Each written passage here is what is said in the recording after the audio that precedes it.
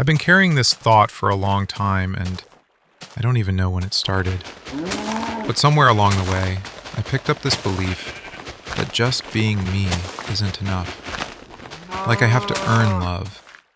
Not with money, exactly. Not even with looks, but with something. Achievements, progress, confidence, having my life together.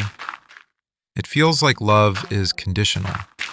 Like people only stick around when you're doing well, when you're interesting, when you're improving.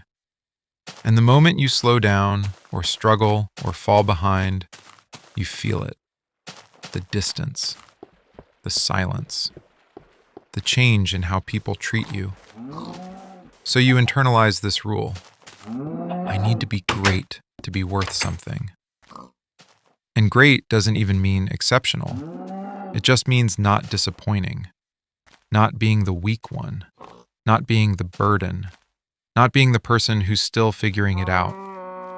I catch myself doing this thing where I don't want to talk to people until I have good news, until I've improved, until I've fixed myself a little more. Like I need to come back with proof that I'm worth their time. And that's messed up. Because it turns connection into a performance. You're not just living, you're constantly auditioning. Trying to show that you're valuable, that you're not falling behind, that you're still someone to respect. And when you're not doing well, you hide. You isolate. You ghost people. You convince yourself you're just busy when really you're ashamed. Ashamed of not being impressive enough. I think this belief gets built early. When love is given more freely when you're doing well. When you're praised for achievements but ignored when you're struggling. When support feels thinner once you stop being promising and start being uncertain. So you learn the equation. Progress equals approval. Stagnation equals distance. And once that gets into your head, it doesn't leave easily. You stop asking for help. You stop being honest. You only show the edited version of yourself. And the scary part is, people respond better to that version, which just confirms the belief. See, this is the version they like. But that kind of love is fragile. Because the moment you slow down, or fail, or fall apart a little, you're terrified they'll see the version of you that isn't impressive. So you stay tense, always becoming, never arriving. Always chasing a version of yourself that you think deserves love. And deep down, you're exhausted. Because being loved shouldn't feel like a lifelong project. But for some reason, to me, it does. Here's what this belief does that nobody warns you about. It doesn't actually make you better at being loved. It makes you harder to know. Because when you think love is earned, you stop showing up as you are. You show up as who you're trying to become. You filter what you say. You hide the messy parts. You downplay how lost you feel. Not because you're lying, but because you're protecting yourself. You don't want to be seen before you're ready. The problem is, ready never comes. There's always one more thing to fix, one more goal to hit, one more version of yourself that feels more acceptable. So intimacy stays shallow. People like you, but they don't really know you. And when they get close, you feel exposed instead of safe. Because closeness feels dangerous when you believe you're only lovable at your best. I've noticed I pull away from people when I'm struggling. Not because I don't care, but because I don't want to be seen as weak. I don't want pity. I don't want concern. I don't want to feel like I'm being tolerated instead of chosen. So I disappear until I can stand tall again. And that creates distance. Then later, I wonder why I feel lonely. This belief also messes with how you love others. You start measuring your worth by what you provide. You overgive, you overperform. You try to be useful instead of present. And when someone loves you without asking you to prove anything, it almost feels suspicious, like you don't trust it. You think, If they really knew me, they wouldn't feel this way. So you keep a part of yourself hidden, and hidden love never feels secure. I think the saddest part is that this belief turns growth into a survival strategy. You're not improving because you're curious or inspired. You're improving because you're afraid of being left behind.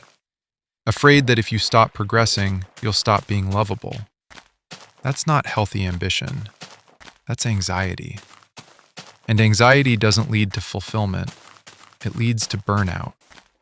You end up chasing validation in the form of becoming impressive. But impressing people is not the same as being loved. Love is what happens when you're allowed to be unfinished. And if that scares you, you're not broken. You just learned early that being yourself wasn't safe enough. What if love isn't something you earn after you become impressive? What if it's supposed to exist before you get there? Because when I look back, the moments I felt most connected weren't when I was winning. They were quiet moments, messy ones, times when I didn't have answers and someone still stayed. And those moments didn't happen because I was great. They happened because I was real. I think a lot of us confuse admiration with love. Admiration shows up when you're doing well. Love shows up when you're not. Admiration claps. Love sits with you. And if you grew up in an environment where attention came with performance, it makes sense that you learned this rule. Be impressive, then you're safe. But that rule follows you into adulthood and starts costing you real connection. Because real love requires something risky.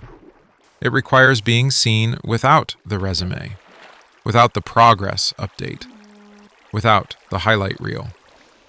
It means letting someone see you on the days you feel behind, uncertain, or unmotivated, and trusting that they won't disappear. That's terrifying if you've been abandoned emotionally before. So instead, you keep becoming, always improving, always working, always almost there. But you never let yourself be held where you actually are. I'm starting to realize that if I only let people love the version of me that's doing well, I'll never feel secure. Because that version isn't permanent. Life dips, energy fades, plans fail.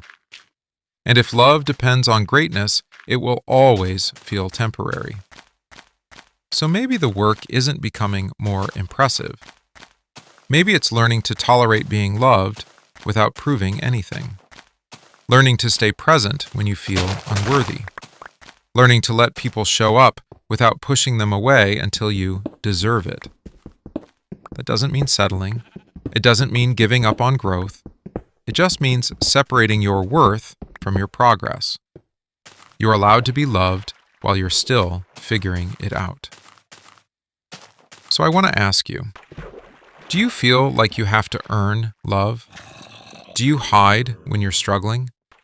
Do you wait until you're better before you let people see you? And if you do, where did you learn that rule? Drop your thoughts. I'm reading them. You don't have to be great to be human.